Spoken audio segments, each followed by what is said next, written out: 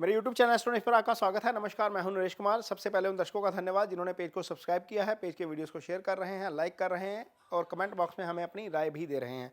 दोस्तों, ये जो चैनल आप देख रहे हैं, ये चैनल 2023 में शुरू हुआ था, जनवरी 5 को, और 2023 में आप लोगों का इसको खूब प्यार मिला है, खूब लोगों ने वीडियोज़ को सराहा है, अच्छे शेयर किए गए हैं, कमेंट्स किए गए हैं, बहुत सारी राय हमारे पास आई हैं।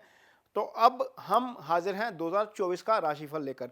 इस वीडियो की शुरुआत से पहले आप सबके लिए भगवान से प्रार्थना कि आप सबका जो 2024 है वो अच्छा जाए, आप तरक्कियां करें, खूब फाइनेंशियली तरक्की करें, रिलेशनशिप में आपके अच्छे हों, आपका स्वास्थ्य अच्छा रहे और आपके पारिवारिक सदस्य भी जो है वो खुश रहें। तो बात करेंगे कन्या राशि के जातकों की, कैसा रहेगा 2024। ये जो कुंडली आप लगी हुई देख रहे हैं, ये 1 जनवरी के दिन की कुंडली है। चंद्रमा यहाँ पर 12वें भाव में सिंह राशि में है। इसे सिंह राशि मत ना माना जाए, ये कन्या राशि की ही कुंडली है। कन्या राशि के जातकों के लिए ये ग्रहों की स्थिति रहेगी 1 जनवरी को। तो सबसे पहले कुछ डेट्स हैं इंपॉर्टेंट जो आपको नोट करनी है, जो 4 महीने आपके लिए बहुत शुभ रहने वाले हैं। तो शुभ 4 महीने नोट करिए। सूर्य यहाँ पर हैं चौथे भाव में, सूर्य छठे भाव में शुभ गोचर में होते हैं, यहाँ पर आएंगे 14 फरवरी के आसपास। 14 फरवरी से लेकर 15 मार्च तक का जो समय है, लगभग 1 महीना, मिड फरवरी से मिड मार्च, क्योंकि 14 जनवरी से मकर संक्रांति के दिन सूर्य यहाँ आएंगे, उसके बाद 1 महीने बाद लगभग 14 या 15 फरवरी के आसपास यहाँ 15 फरवरी जो है वो 15 फरवरी से 15 मार्च या 14 फरवरी से 14 मार्च तक का समय रहेगा जब सूर्य यहाँ पर रहेंगे। वो 1 महीना आपके लिए बहुत शुभ है। इसके बाद सूर्य आएंगे आपकी कुंडली में दशम भाव में, जो शुभ गोचर में होते हैं। तो ये जो समय रहता है लगभग 15 जून के आसपास का रहता है। 15 जून से लेकर 17 अगस्त, ये 2 महीने जब तक सूर्य यहाँ पर रहेंगे। दशम और 11वें भाव का सूर्य का गोचर अच्छा होता है, तो ये 2 महीने आपके लिए शुभ रहेंगे। इन 2 महीनों में आप जो है वो कोई भी काम कर सकते हैं। इसके बाद जो स्थिति आएगी, यहाँ पर सूर्य आएंगे आपकी कुंडली में 15 नवंबर से लेकर 15 दिसंबर तक, ये स्थिति रहेगी यहाँ पर। 15 नवंबर से 15 दिसंबर तक जब सूर्य यहाँ पर आएंगे, तो यहाँ पर आपको उसका अच्छा फल मिलेगा। तो ये 4 महीने आप ज़रूर नोट करिए। ये डेट्स हैं जो आपके लिए अच्छी हैं। आगे लॉजिक भी बताते हैं इसके लिए कि इसका कि क्यों अच्छे हैं। ये जो सूर्य हैं, सूर्य आपके लिए जीवनदाता ग्रह हैं। प्रकृति को सूर्य पालते हैं, हम सबको सूर्य पालते हैं। और सूर्य आपकी कुंडली में ना सिर्फ लगन के कारक होते हैं, बल्कि करियर और हेल्थ के कारक भी सूर्य होते हैं। जिनकी कुंडली में सूर्य अच्छी पोजीशन में होता है, वो लाइफ में बहुत ऊंची ऊंचाइयां छूते हैं। और जिनकी कुंडली में सूर्य वीक होता है, उनको करियर में वो हाइट नहीं मिल पाती। इसलिए जब सूर्य का गोचर आपके लिए शुभ हो जाता है, तो आपको अचानक से उसके अच्छे रिजल्ट मिलते हैं, चीज़ें आपकी फेवर में होती जाती हैं। इसलिए वो 4 महीने जो हमने निकाले हैं, वो डिटेल के साथ आपके लिए शुभ कौन से हैं, ये आप ज़रूर नोट करिए। आगे बात करेंगे आपको 2024 में किन चीज़ों से सावधान रहना है थोड़ा, क्योंकि यहाँ पर कुछ चीज़ें गड़बड़ भी नज़र आ रही हैं। कहाँ पर आपको फ़ायदा होगा, तो सबसे पहले तो केतु लगन में है, सूर्य मंगल चौथे भाव में है और राहु सप्तम भाव में। ये जो केंद्र है ना कुंडली का, ये पाप ग्रहों के प्रभाव में आ गया। ये सारा जो उसका जो केंद्र है वो पाप ग्रहों के प्रभाव में है, ये अच्छा नहीं है। राशि के स्वामी का तीसरे चले जाना अच्छा नहीं है, ये शुभ गोचर नहीं है। हालांकि शुक्र ठीक गोचर में है, तीसरे में भी अच्छा रहते हैं। शनि छठे भाव में शुभ गोचर में है, ठीक है। गुरु यहाँ पर पहले 4 महीने शुभ गोचर में नहीं रहेंगे, लेकिन 4 महीने बाद, पहले 4 महीने आप नोट करके चलिए, उसमें से भी 15 फरवरी से लेकर 15 मार्च का समय आपके लिए अच्छा रहेगा। लेकिन गुरु जैसे ही यहाँ पर आएंगे, ये आपके स्टार्स बदल देंगे पूरे। सिर्फ एक इकलौता ग्रह जो आपकी पूरी अगले 2024 की गणना जो है वो आपको को पॉजिटिव कर देगा। यहाँ पर गुरु आएंगे तो एक तो इस भाव को देखेंगे जो केतु से पीड़ित है। केतु क्या करता है, डिससेटिस्फैक्शन देता है। केतु का काम है आपको डीपली लेके जाना किसी भी चीज़ में, चाहे आप रिसर्च में जाते हैं, चाहे आप किसी बात की तय तक जाते हैं, वो आपको चैन से नहीं बैठने देता। जब चंद्रमा के ऊपर से केतु का गोचर होता है, क्योंकि ये ग्रहण लगाता है, तो व्यक्ति को डीप डिगिंग की आदत जो है वो लग जाती है। तो यहाँ पर जो केतु का प्रभाव है उसको कम करेंगे। गुरु की दृष्टि यहाँ पर जब आएगी चंद्रमा के ऊपर, तो आपके लिए काफ़ी सारी चीज़ें पॉजिटिव होनी शुरू हो जाएंगी। तो आइए देखते हैं कि कर्म कैसा रहेगा, आपकी आय कैसी रहेगी। यहाँ पर गुरु पहले रहेंगे अष्टम भाव में। अष्टम भाव में जब गुरु हैं, तो गुरु कारक हैं धन के और आय के। गुरु की दृष्टि यहाँ पर रहेगी दूसरे भाव के ऊपर, ये धन का भाव है। तो इसका मतलब यह है कि जब तक गुरु यहाँ पर हैं, लगन के लिए नेगेटिव हो गए, लेकिन धन के लिए पॉजिटिव हो गए। यहाँ पर आपका धन का फ्लो जो है वो बना रहेगा, गुरु के प्रभाव के कारण आपको उसका ज़्यादा नुकसान नहीं होगा। लेकिन एक चीज़ ज़रूर ध्यान में रखिएगा कि शनि की दृष्टि आपके 12वें भाव के ऊपर जा रही है और शनि यहीं पर रहेंगे पूरा साल। खर्चे थोड़े से नियंत्रण करके चलना पड़ेगा आपको। बजटिंग करने में आपको थोड़ी सी चैलेंजेस फेस करने पड़ सकते हैं। कुछ ऐसे खर्चे आ सकते हैं जहां पर आपको ज़्यादा पैसे खर्च करने पड़ेंगे। हालांकि गुरु की दृष्टि भी है इसके ऊपर, तो गुरु थोड़ा सा बैलेंस करेंगे। धन भाव को भी देख रहे हैं, खर्चे वाले भाव को भी देख रहे हैं, लेकिन शनि भी चूंकि देख रहे हैं तो थोड़ा सा उसका असर जरूर आएगा, ये ध्यान रखने की जरूरत पड़ेगी। आगे बात करेंगे आपका कारोबार तो निश्चित तौर पर ठीक रहेगा। कोई बहुत ज़्यादा बुरी स्थिति नहीं कह सकते, क्योंकि बुध का गोचर है फिलहाल, और बुध यहाँ पर आएंगे तो अपने भाव को देखना शुरू करेंगे। लगभग जनवरी के मिड के आसपास बुध की पोजीशन सुधर जाएगी, तो चीज़ें आपके लिए कारोबार के लिहाज से अच्छी हो जाएंगी, कोई दिक्कत वाली बात नहीं है। शनि वैसे इस भाव को मजबूती दे रहे हैं, छठा भाव है, ये भाव लगन का छठा होता है, लेकिन जब हम कर्म स्थान से काउंट करते हैं 1 2 3 4 5 6 7 8 9, तो ये कर्म स्थान का 9th हो जाता है। तो 9th भाव में शनि जो है अपनी राशि में, अपनी मूल त्रिकोण राशि में यहाँ पर आकर लगभग दिग्बली हो जाते हैं। शनि का पूरा दिग्बल यहाँ होता है, लेकिन यहाँ पर 90% के आसपास दिग्बल होता है। तो निश्चित तौर पर शनि इस चीज़ के लिए आपको अच्छा फल करेंगे।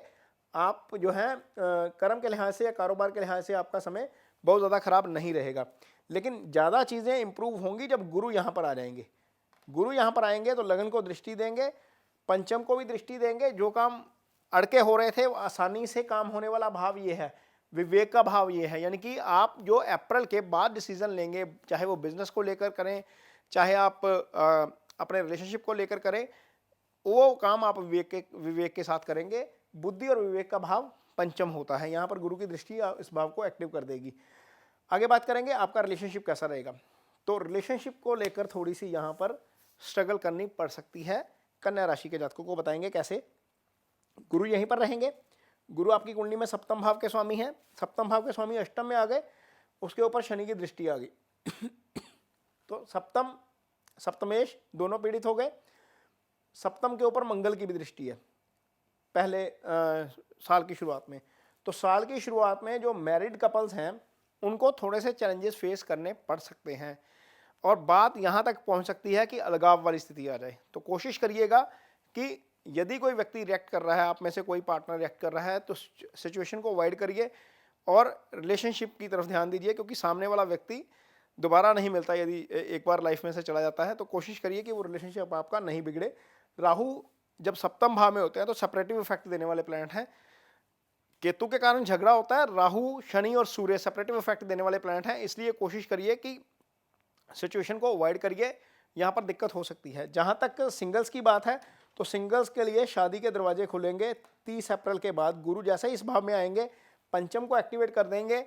जिन लोगों को किसी के साथ लगाव है, किसी के सामने भावनाएं एक्सप्रेस करना चाहते हैं, उनके लिए अप्रैल के बाद का समय काफ़ी अच्छा रहेगा। कन्या राशि के जातकों के लिए वहाँ पर हो सकता है कि सामने वाला बंदा आपकी प्रपोजल को एक्सेप्ट करे, या आपके लिए घर वाले कोई लड़की ढूंढ रहे हैं, लड़का ढूंढ रहे हैं, तो हो सकता है कि वहाँ पर अप्रैल के बाद आपके रिलेशनशिप में कोई ना कोई, आप सिंगल ना रहें, आप एंगेज हो जाएं।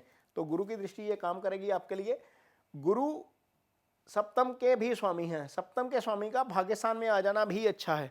तो सप्तम के स्वामी का भाग्यस्थान में आकर पंचम को देखना उन लोगों के लिए भी अच्छा है जो लव मैरिज करना चाहते हैं। वहाँ पर भी चीज़ें काफ़ी पॉजिटिव दिशा में आगे बढ़ती हुई नजर आएंगी। आप आगे बात करेंगे आपकी हेल्थ की। तो हेल्थ के भाव में शनि रहेंगे।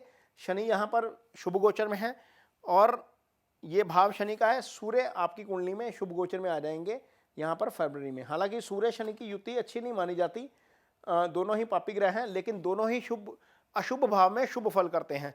तो निश्चित तौर पर आपको हेल्थ के मामले में कोई बहुत ज़्यादा दिक्कत जो है वो स्ट्रगल नहीं करनी पड़ेगी। हाँ, उन लोगों के लिए दिक्कत ज़रूर हो सकती है जिन्हें हेल्थ का इशू है, हार्ट का इशू है, क्योंकि इन दो ग्रहों का, पाप ग्रहों का चौथे भाव में आ जाना साल की शुरुआत में अच्छा नहीं है। हार्ट वाले जो मरीज़ हैं उनको थोड़ा सा अपना एक्स्ट्रा केयर करके चलनी पड़ेगी।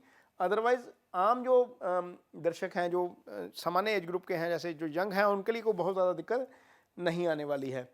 आइए बात करेंगे, देखते हैं कि स्टडीज़ कैसी रहेंगी। तो स्टडीज़ जो है वो नॉर्मली देखी जाती है बुध से या फिर गुरु से। बुध एकेडमिक एजुकेशन के कारक हैं, गुरु अप्लाइड नॉलेज के कारक हैं। ये जो लगन है या राशि है, ये जो बुध की, ये कन्या राशि के स्वामी ही बुध होते हैं। ये लोग काफ़ी कैलकुलेटिव होते हैं, काफ़ी इंटेलिजेंट भी होते हैं। बहुत सारे कन्या राशि के जातक ऐसी जॉब में जाते हैं जो मैनेजमेंट से जुड़ी है, जो अकाउंटेंसी से जुड़ी है, जहाँ पर फाइनेंसिस इन्वॉल्व होते हैं, वहाँ पर जाते हैं। तो गुरु यहाँ पर जब अष्टम भाव में है तो ऐसे स्टूडेंट्स को काफ़ी अच्छा उसका फल मिलेगा जो रिसर्च से जुड़ा हुआ काम कर रहे हैं, यानी कि मेडिकल रिसर्च कर रहे हैं, एआई कर रहे हैं, टेक्निकल फील्ड में रिसर्च कर रहे हैं या स्पेस में रिसर्च कर रहे हैं। हमने देखा कि भारत ने चंद्रयान जो है वो सफलतापूर्वक लैंड किया, आगे आदित्य 1 जो है वो हमने सोलर मिशन भेजा।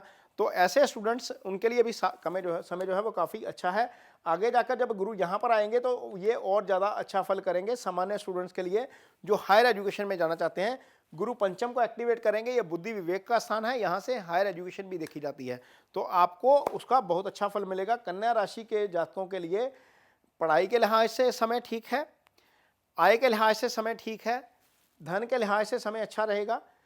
थोड़ा सा जो चैलेंज है वो मैरिड लोगों के लिए है और वो रहेगा पूरा साल।